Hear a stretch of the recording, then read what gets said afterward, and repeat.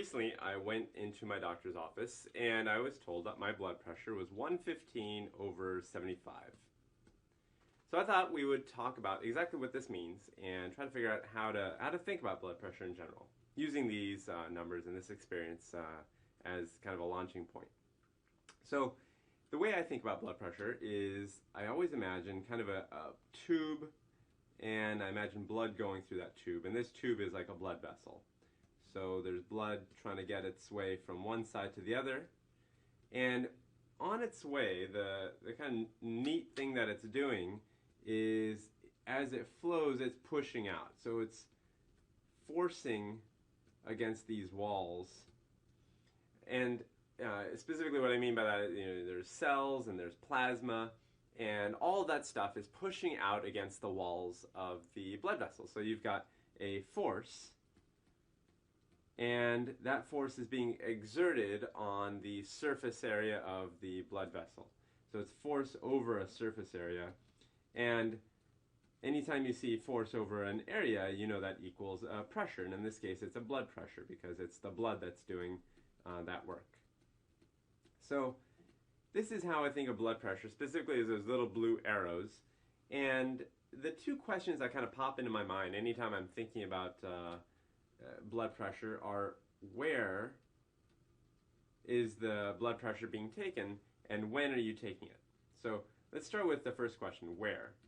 And by that, I mean where in the circulatory system. So you've got the heart, and this is my Valentine's Day heart, and you've got the aorta coming off of the heart, and it's got lots of branches, but I'm going to just draw one branch, which is the artery leading off to my arm. So this is called the brachial artery, going off to my arm. And usually, I'd say 90% of the time, maybe even more, the blood pressure that you're getting recorded, or the number that's being told to you, is being checked at this point.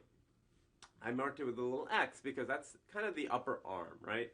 So that's usually where they're checking the blood pressure. And again, they're checking the force that the blood is putting on the vessel wall. So these little blue arrows.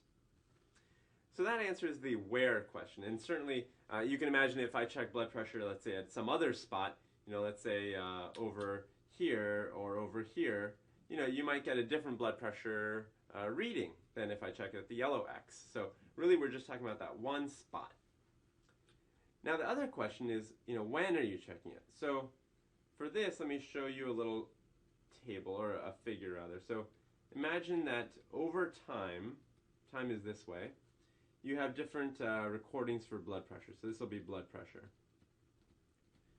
And blood pressure is usually measured in millimeters of mercury. So I'll write millimeters of mercury here. And let's go from 200 all the way down to 0. And I'll use my numbers that I got from the doctor the other day to illustrate what I'm trying to say. So right at that X, that yellow X, at the bottom, let's say, of my reading, I've got 75. So let's start at 75, which is about here. As the heart is pumping, the pressure starts building up, and it gets up to about 115. So really what is happening is blood is making its way from the heart as it squeezes towards that X. And as it gets there, the force that it's putting on the walls is going up, up, up.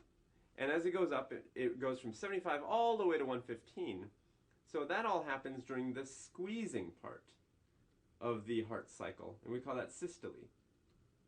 So this is all happening during systole, which is when the heart is squeezing down, and we know the heart is a pump.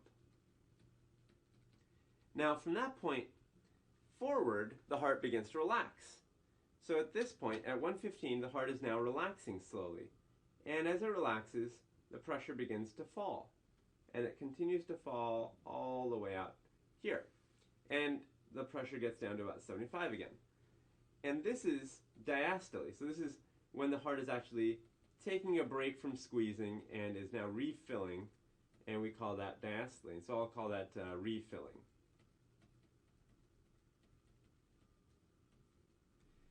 And so during systole, you spend about a third of the time. And in diastole, you spend about 2/3 of the time. And I'm talking about one heartbeat here. So this would be one heartbeat. So it's not 50-50. And the easy way to remember this is in a given day, a 24-hour day, I spend about 8 hours working and about 16 hours relaxing or not working. And so I think of the heart doing its squeezing, its work, for 8 out of 24 would be about a third. Kind of the same as me. About a third of the time the heart is relaxing, or squeezing. So that's how the heart is spending its time, in systole and diastole, and the pressure is ranging between 115 and 75. So really, it's never just 115 or just 75. It's somewhere between the two. And, for example, if I checked right here in time, it might be, let's say, 85, or here it might be 102, or here it might be, let's say 87.